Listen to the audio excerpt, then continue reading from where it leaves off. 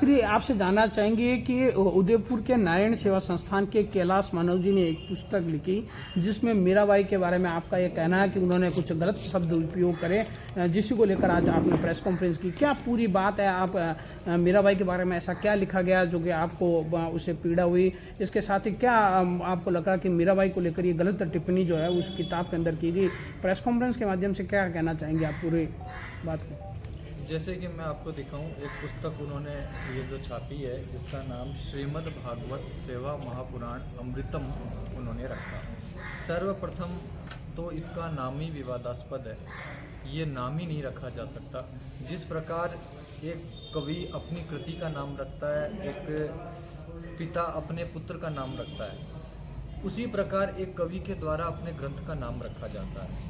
उसे बदलने का किसी के पास भी कोई राइट, कोई अधिकार या उसके साथ छेड़छाड़ करने का किसी को भी कोई अधिकार नहीं होता।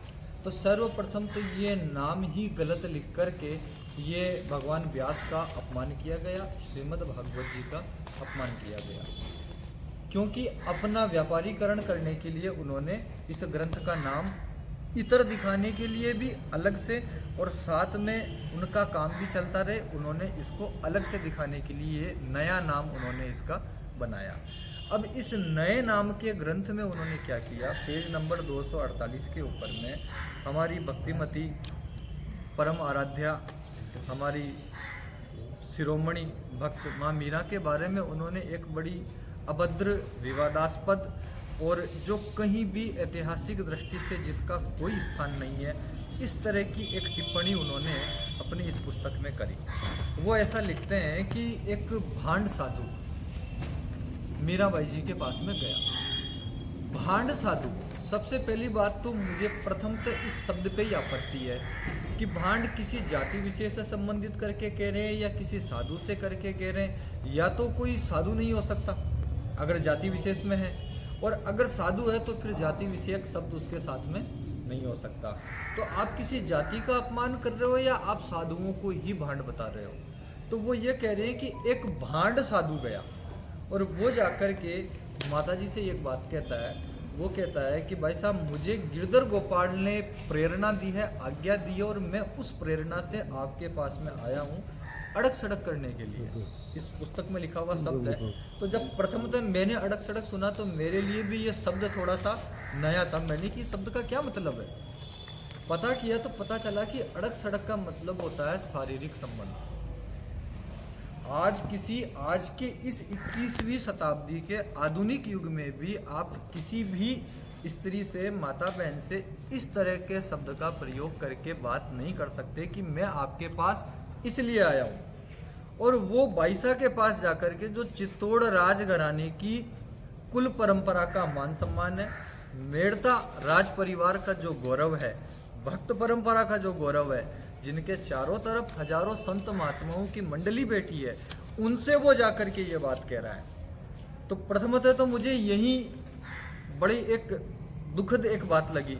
फिर भाई साहब कथावाचक का मन यही नहीं भरा, अब वो अपनी बात को सिद्ध करने के लिए क्या करता है, तर्कों का जाल। ये एक देखने वाली बात है कि हमारी मानसिकता किस स्तर तक गिर चुकी है अपनी बात को येन केन प्रकारेण सिद्ध करने के लिए और उसे बड़ा बताने के लिए।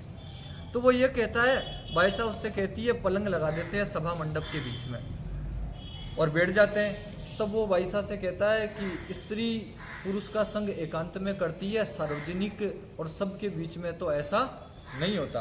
तो फिर भाई साहब कहते हैं कि अगर ऐसी कौन सी जगह है जहाँ गिरधर गोपाल नहीं है, शरीर का ऐसा कौन सा स्थान है जहाँ देवता निवास नहीं करते हैं। यानी अपनी बात मनवाने के लिए कथानांक में जैसे कि नाम के साथ कुछ नया किया गया, सेवा महापुराण अमृतम कर दिया गया, वैसा ही इस मीराबाई साहब के प्रसंग के साथ भी छेड़छाड़ की गई। ऐसा प्रसंग उनके जीवन में कहीं भी नहीं है। हम बहुत विद्वानों से बात करें, आचार्यों से बात करें, प्रोफेसर लोगों से बात करी, भक्तमाली ग्रंथों से, संतों से चर्चा करी, लेकिन और यहाँ जुड़े अपने मेड़ता के गणमान्य लोगों से भी हमने पूछा क्या ऐसा कोई प्रसंग है। सबने एक स्वर में कहा ऐसा कोई प्रसंग हमने तो आज तक नहीं सुना। तब फिर जब भाई साहब उसको ऐसा कह देती है तो वो भांड साधु उठ करके वहाँ से चला जाता है और वो शर्मिंदा हो जाता है। अब सोचने वाली बात यह है कि आप अपनी बात को मनमाने ढंग से सिद्ध करने के लिए जो भक्ति का इतना बड़ा आदर्श है, आप उनके साथ कोई भी कलंकित दृष्टांत बना करके आप उनको अपनी दुनिया की गंदी राजनीति का और अपने पद वैभव और मान सम्मान पद प्रतिष्ठा की राजनीति का हिस्सा बनाएंगे। जो भक्ति की परंपरा का हिस्सा है वो कभी भी इस दलदल और कीचड़ का हिस्सा नहीं हो सकता। इस चीज को स्वीकार नहीं किया जा सकता। दूसरी एक और अभद्र टिप्पणी इसमें की गई पेज नंबर 59 में। वो उन्होंने लिखा साधु संतों के बारे में। पहले तो भांड संत बताई दिया, एक जाकर के मीराबाई शाह से मिल लिया। अब दूसरी तरफ वो एक बात कहते हैं कि 2 डाकू साथ रह सकते हैं, 2 राजनेता साथ रह सकते हैं, 17 राजनीतिक दल मिलकर के भारत में सरकार चला सकते हैं। तो ये अलग अलग संप्रदायों के संत मुनि एक साथ एक मंच पे क्यों नहीं आ सकते? अगर ये संत मुनि एक साथ एक मंच पे नहीं आ सकते तो इनसे बड़ा कोई आतंकवादी नहीं है। ये समाज की समरसता को, अखंडता को और एकता को भंग करने वाले हैं, ऐसा आरोप उन्होंने संतों पे लगाया है।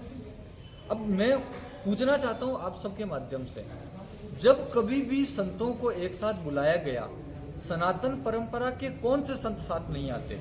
कौन सा अखाड़ा नहीं आता? मैं कितने संतों से इसके संदर्भ में मिला हूँ, सबने अपना आशीर्वाद हमें प्रदान किया है। सबने पुरजोर स्वर में कहा है कि हम इसका घोर विरोध करते हैं, कड़ी निंदा करते हैं, और महाकुंभ के अवसर पर जब ठीक समय महाकुंभ लगेगा, उस समय वहाँ जब धर्म संसद होगी, सम्मेलन होगा, धर्म सम्मेलन अखाड़ा परिषद का, उस समय इस बात को जोर शोर से उठाया जाएगा और इस मनमुखी व्यक्ति का आचार्य महामंडलेश्वर का पद, जो इसने संतों के साथ छल और षड्यंत्र करके, संत बोले होते हैं, बात रखी, बोले महाराज मेरा सेवा का कार्य ऐसे ऐसे, संत बातों में आ गए और उन्होंने आकर के इसका साथ दे दिया, और इसने अपने धनबल और अपनी मीठी बातों और षड्यंत्र के बल पे जो कुछ किया है, संत इससे क्रोधित हैं।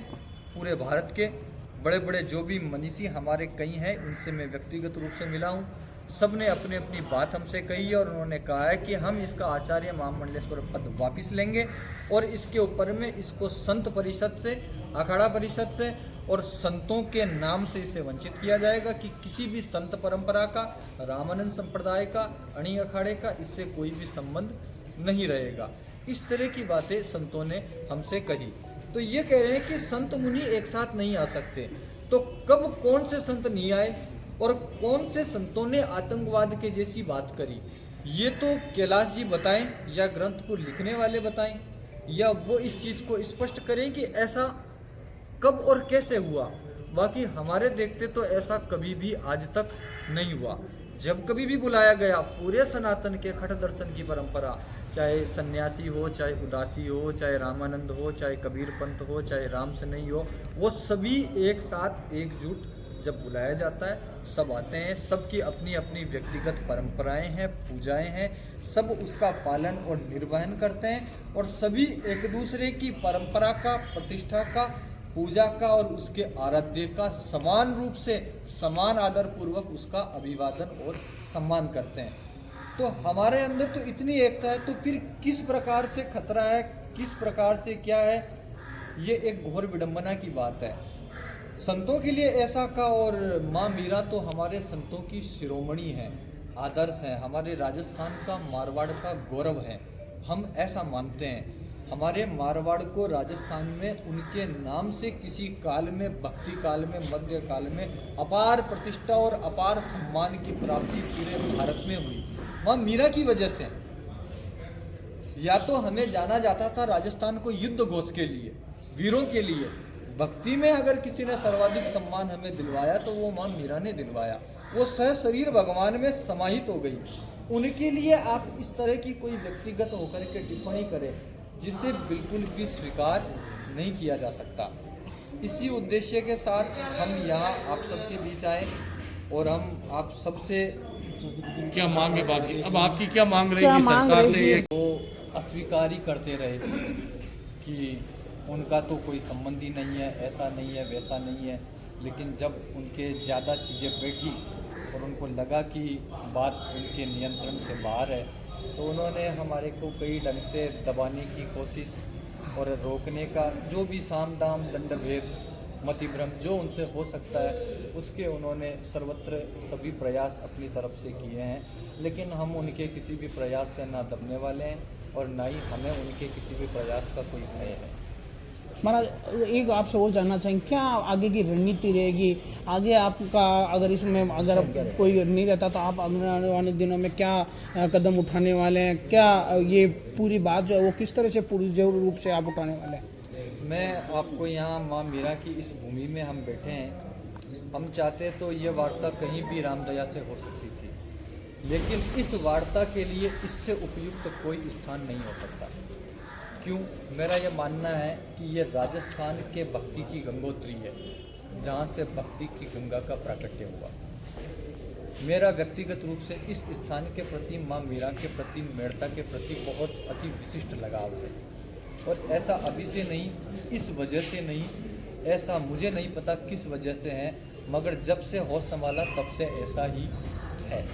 तो हमारा प्रयास तो यह है कि मेड़ता के सभी सर्वमान्य लोग, सभी गणमान्य लोग और सभी वो व्यक्तिगण जो माँ मीरा को अपना आदर्श मानते हैं, जो माँ मीरा को अपना गुरु मानते हैं, जो माँ मीरा को सम्मान की दृष्टि से वो सतियों की शिरोमणि थी, वो भक्त थी, तो मैं उनके जो वंशज हैं, उनके जो परिवार के जो लोग हैं, जो सभी सर्व समाज और उसके बाद में क्षत्रिय समाज, जिनके वंश से स्वयं माँ मीराबाई आती है, उन सब से विशेष आग्रह करता हूँ कि वो आएँ और अपने सम्मान के लिए, अपने गौरवमय इतिहास के सम्मान के लिए, किसी के लिए व्यक्तिगत नहीं, क्योंकि जो आज शास्त्रों के साथ ऐसा कर रहा है, जो बाईसा के साथ ऐसा कर रहा है, मैं ये समझता हूँ कि एक को देख कर के दूसरे को बल मिलता है। अगर इसे आज रोका गया तो और भी जो लोग ऐसा करने का दुस्साहस करेंगे उन्हें रोका जाएगा, और अगर ऐसा नहीं हुआ तो और भी बहुत लोगों को ये मनमाना कृत्य करने का बल मिलेगा। अब मैं आपको एक और विशेष बात बताऊं, आप इस किताब को देख रहे होंगे, हम जब ग्रंथों को लेते हैं, अध्ययन करते हैं, उनकी पूजा आरती करते हैं, उनका सम्मान करते हैं, गुरुवाणी के समान हम ग्रंथ को मानते हैं। भागवत गुरुवाणी है, गीता जो है वो गुरुवाणी है, उपनिषद गुरुवाणी है। ये कोई साधारण लोगों की लिखी हुई कोई अखबार या हमारे जैसे आदमियों की कोई रद्दी किताबें नहीं है जिन्हें कभी भी बदल दिया जाए या कुछ भी कर दिया जाए। इनकी पूजा होती है, इनका सम्मान होता है, भगवान का वांगमय स्वरूप कहा गया है। तो मैं आपको बताऊं, जब मानव जी ने इसकी लिखने की जब उनकी इच्छा हुई कि वो अपना एक प्रशस्ति गान की एक पुस्तक बनाए, तो उन्होंने क्या किया, गीता प्रेस गोरखपुर की 250 जो मुख्य हमारे ग्रंथ हैं, पुराण हैं, गीता जी, भागवत जी, महाभारत जी, शिव पुराण, सुधा सागर इत्यादि ग्रंथों को उन्होंने मंगवाया। मंगवाने के बाद वो उन ग्रंथों को फाड़ते हैं, हम तो लिखते हैं, उतारते हैं, वो उन ग्रंथों को फाड़ते हैं और फाड़ करके उसकी वो एक फाइल बनाते हैं, और उस फाइल में एड प्रचार इत्यादि खुद के प्रशस्ति गान के हमारे पूर्वजों किताब खोल के दिखाओ ना। किताब खोल के मैं आपको दिखाऊं। अब जैसे कि ये एक मुट्ठी आटे की गाथा लगा रखी है, कृष्णा जी बिल की, सेक्टर 5 की इत्यादि उन्होंने प्रसंग, ये अपना ही खुद का ही खानदानी प्रसंग उन्होंने कैसे संस्थान को शुरू किया वो इन्होंने इसके अंदर में डाला है। अब उसका चित्र डाल रखा है। यहाँ विकलांगों के लिए जो चीजें हो रही है उनके इन्होंने चित्र डाल रखे हैं सब जगह, ये सब जगह उन्हीं के चित्र इन्होंने डाले हुए हैं पूरी की पूरी किताब में, एक दो ही नहीं, पूरे के पूरे। अब यहाँ पर नारायण सेवा के लिए तत्पर भक्त, ये उनके पूरे खानदान के लोग जिन्होंने इस किताब को बनाया है, जिन्होंने ये किया है, कमला देवी अग्रवाल, प्रशांत सिंगल, वंदना सिंगल, कल्पना गोयल, सुनील गोयल, जगदीश आर्य इत्यादि सभी नाम इन्होंने इस किताब में, सबके अपने ट्रस्ट मंडल के फोटो, ये खुद के हम अकाल राज के